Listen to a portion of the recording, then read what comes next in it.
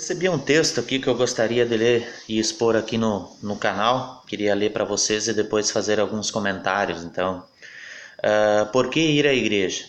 Um frequentador de uma igreja escreveu a seguinte passagem para um jornal: Eu tenho ido à igreja por 30 anos e durante este tempo devo ter ouvido mais de 3.000 pregações. Mas com exceção de uma ou outra, eu não consigo lembrar da maioria delas. Por isso acho que estou perdendo meu tempo e os que pregam também estão desperdiçando deles.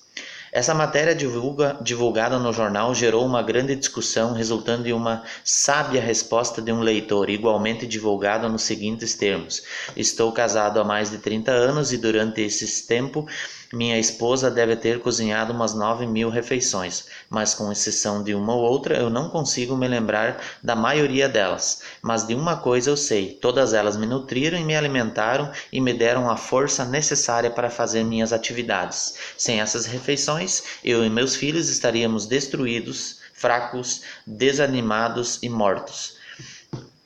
Da mesma maneira, se eu não tivesse ido à igreja para alimentar minha vida, minha alma e a minha família estaríamos hoje mortos espiritualmente. Portanto, não deixe de estar em comunhão na sua igreja. Encorajemo-nos uns aos outros. E no final, então, a pessoa que me mandou esse texto, que conhece a forma que nós nos reunimos em nome do Senhor, fora de qualquer instituição religiosa, perguntou como se manter vivo espiritualmente sem ir à igreja. Tá?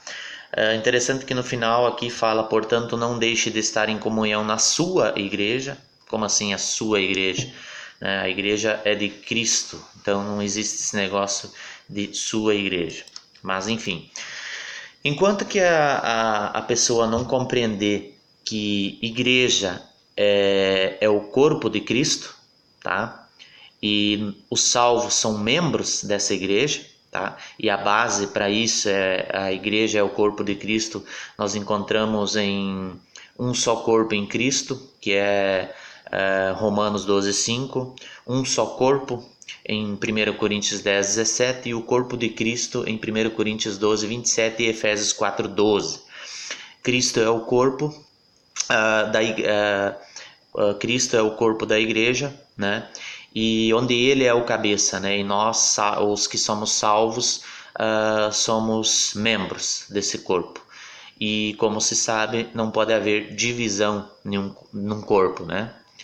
Enfim, enquanto que não é compreendido que a igreja é de Deus e ela foi fundada lá em Atos dos Apóstolos, e ela é única e ela é a reunião de todos os salvos no mundo inteiro, e não uma instituição onde existe diferentes nomes, igreja A, B, C, D ou E, com pensamentos diferentes, onde a palavra nos mostra que precisamos ser unânimes, né, no pensar. E então existem muitas igrejas, uma pensa de uma forma, outra pensa de outra forma, enfim, não existe um pensamento igual, como a palavra de Deus nos exorta a sermos unânimes, né?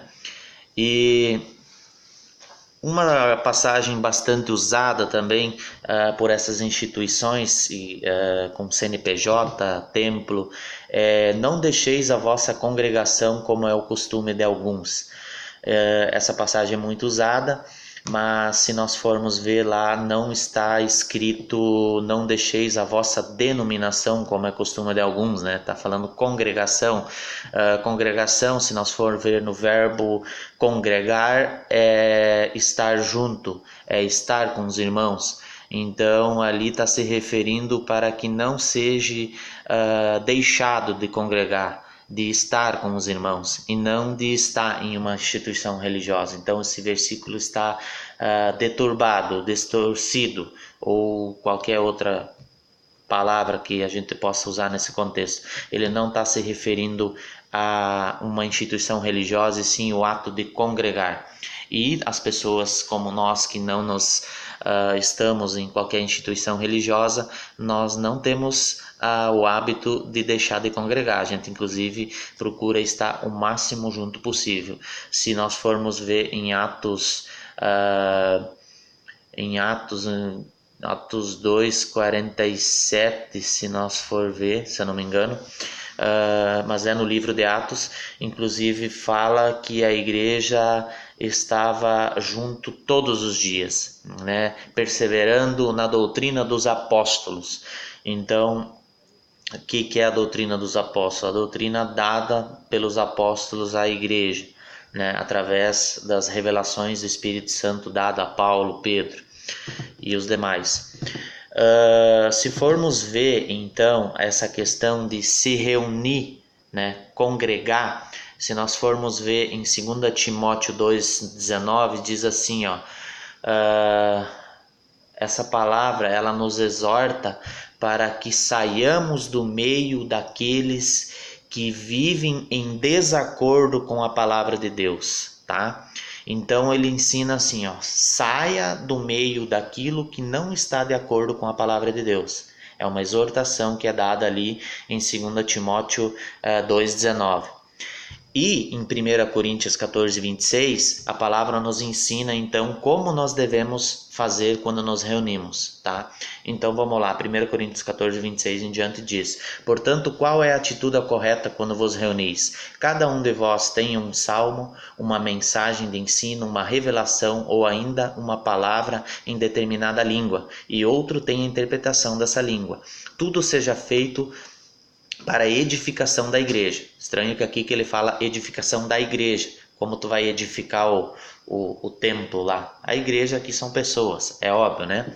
Se alguém falar em língua estranha, que a falem somente 2, quanto mais 3, e um de cada vez, e que haja intérprete. Contudo, se não houver intérprete, permaneça calado na igreja, falando consigo mesmo e com Deus. Tratando-se de profetas, falem 2 ou 3, e os outros julguem com zelo tudo o que foi dito.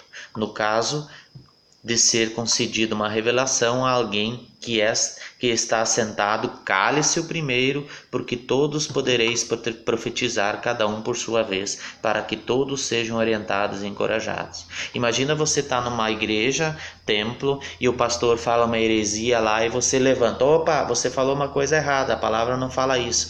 Você é chamado de rebelde, herege e é expulso. Mas o que a palavra nos ensina aqui? Um fala e 2 ou 3 julguem.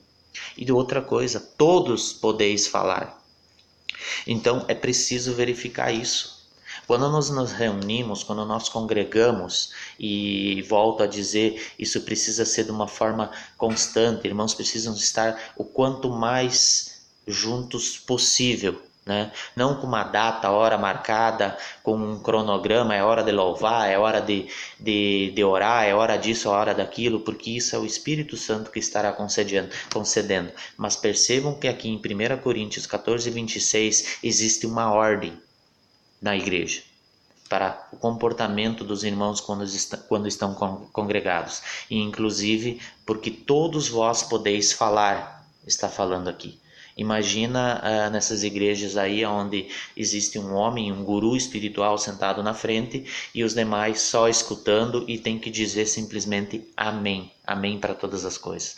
Não tem nada que se encaixe com o que Paulo ensina como a igreja deve congregar. Então voltamos lá para 2 Timóteo 2,19 que diz: saiam do meio onde não há acordo com a palavra de Deus. Por que hoje nós não frequentamos uma igreja, instituição? Em primeiro lugar, é uma divisão que foi feita no corpo de Cristo, e o corpo de Cristo, que é a igreja, é somente um. É o corpo dos salvos em todo o mundo. E outra coisa, não é vivido a palavra. Com certeza muito diferente. Se você for pegar essa passagem de 1 Coríntios 14:26 e comparar com essas instituições religiosas, você vai ver que está totalmente incoerente, tá?